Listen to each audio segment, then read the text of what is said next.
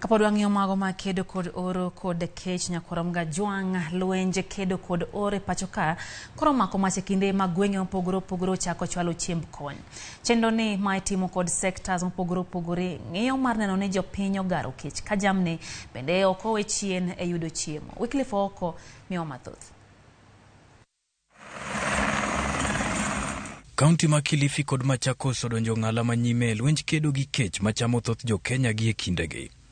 Ma biro to kanisa mar New Life Prayer Center kotelnegi kod jadolo mar Ezekiel Odero chwalo chiemb kony maningone romo milioni 13 ne jodak ma Kilifi. Chakula hichi kinaenda kwa Kilifi County na inakuwa distributed under the supervision of the county government of Kilifi, ikiongozwa na bwana gavana, ambao ni jambo ambalo ni la ajabu. Chiemo go moriwo mogo fuke gana 4 motedo gana 1 kod ogunde mago ganda 750 geto jodak mawuok e kar chung'od bura ma Magarini, Malindi kod mano Maganze. Kaunti ma Machakos bende ochiwo chiemb kony mageto familia moloyo gana 140 mawuok e sub-counties 9 mag kaunti no. County Commissioner ma Machakos Roda Onyancha olero ni giketo chenro makare mar neno ni familia ma onge nyalo yudo chiemo go. Kwa pamoja tuweze kuhakikisha kwamba chakula kinafikia wananchi wetu wakati ufahao, na pia tuendelee kuomba kama kaunti na kama nchi ili Mungu aweze kutunyunyizia maji. Korka kore gavana ma kaunti no Wavinya Ndeti owacho ni piny owacho mar William Ruto osingo duoko kaunti ma Machakos kaka achiel kuom counties ma otuo kata ASAL regions gino mabiro medo kelo kony ne kaunti no. We had been removed